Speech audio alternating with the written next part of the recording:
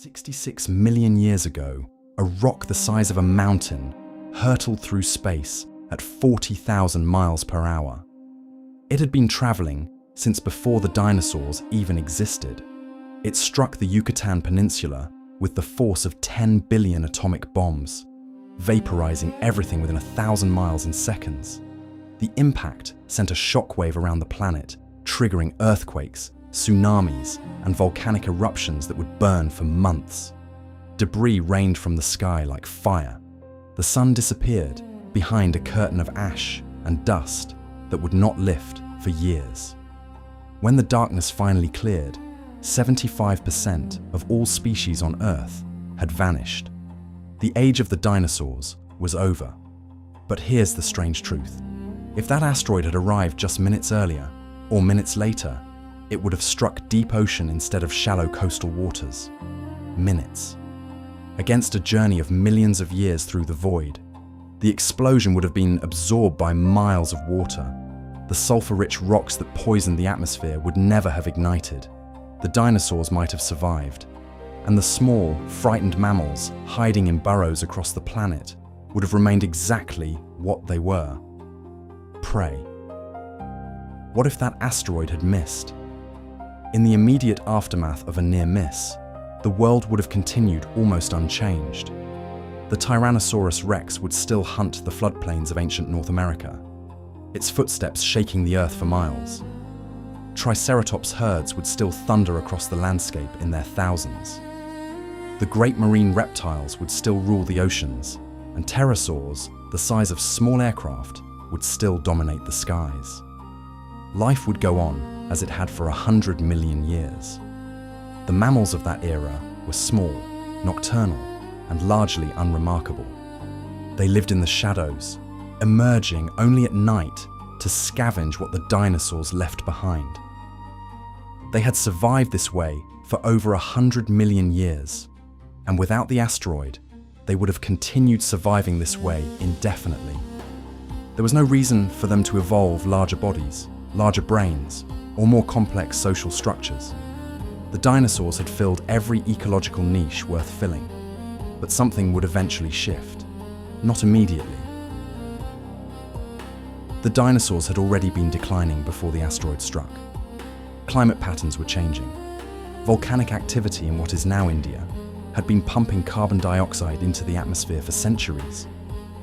Sea levels were fluctuating. Some paleontologists believe the dinosaurs might have gone extinct anyway, just more gradually. In a world without the asteroid, the decline might have continued. Species would have vanished one by one, their niches slowly opening up over millions of years. The question isn't whether mammals would have eventually risen. It's what kind of mammals and what kind of intelligence might have emerged in a world that remained dominated by reptiles. Fast forward 10 million years into this alternate timeline. The great dinosaurs are fewer now, their diversity reduced by slow environmental pressures rather than sudden catastrophe. But they haven't disappeared. Some lineages have adapted, shrunk, become more efficient. Others have grown stranger, filling niches we never saw in our own timeline. The mammals have changed too. Without the sudden vacuum left by the asteroid, their evolution has been slower, more constrained. They remain small, but some have grown cleverer. In the darkness of forest floors and underground burrows, certain species have developed problem-solving abilities, social bonds, even the beginnings of communication. They are not apes. They are not even primates, as we would recognize them. But something is stirring in their bloodlines. Meanwhile, another branch of evolution is taking a different path entirely. The troodontids, small, bipedal dinosaurs with unusually large brains for their body size, were already showing signs of increasing intelligence before our timeline's asteroid struck. In this alternate world, they've had millions of additional years to develop. Their descendants walk upright. They use simple tools. They hunt in coordinated packs with communication systems that border on language. the planet now hosts two potential paths toward intelligence. One from the mammals in the shadows, and one from the dinosaurs in the light. Both are millions of years away from anything we would call civilization. But the race has begun.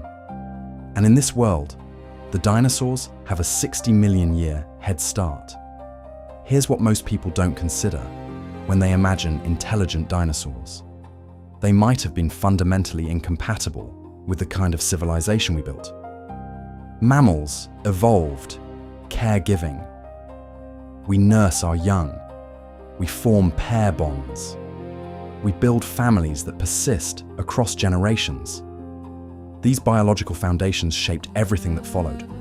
Our villages, our nations, our concept of love itself. Dinosaurs reproduced differently. Many laid eggs and abandoned them. Some provided care, but the deep biological infrastructure of mammalian bonding simply wasn't there. Intelligence without empathy. Problem solving without attachment. Tool use without community. What would a dinosaur civilization look like? Perhaps nothing like civilization at all. Perhaps intelligence in a reptilian brain leads somewhere else entirely. Efficient, cold, individual. Perhaps they would have developed technology without society, power without cooperation.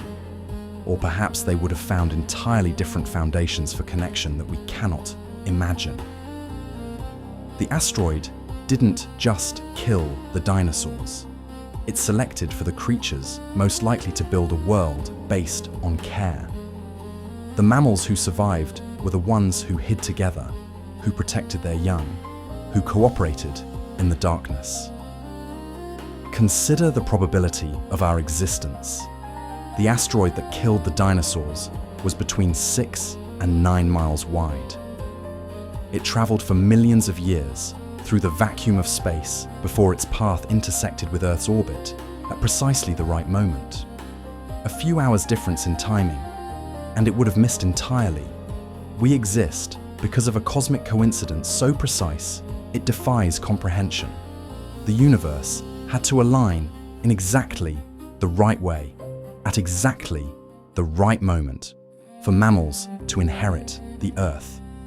Every human achievement, every symphony, every poem, every act of love and discovery traces back to that single moment of impact.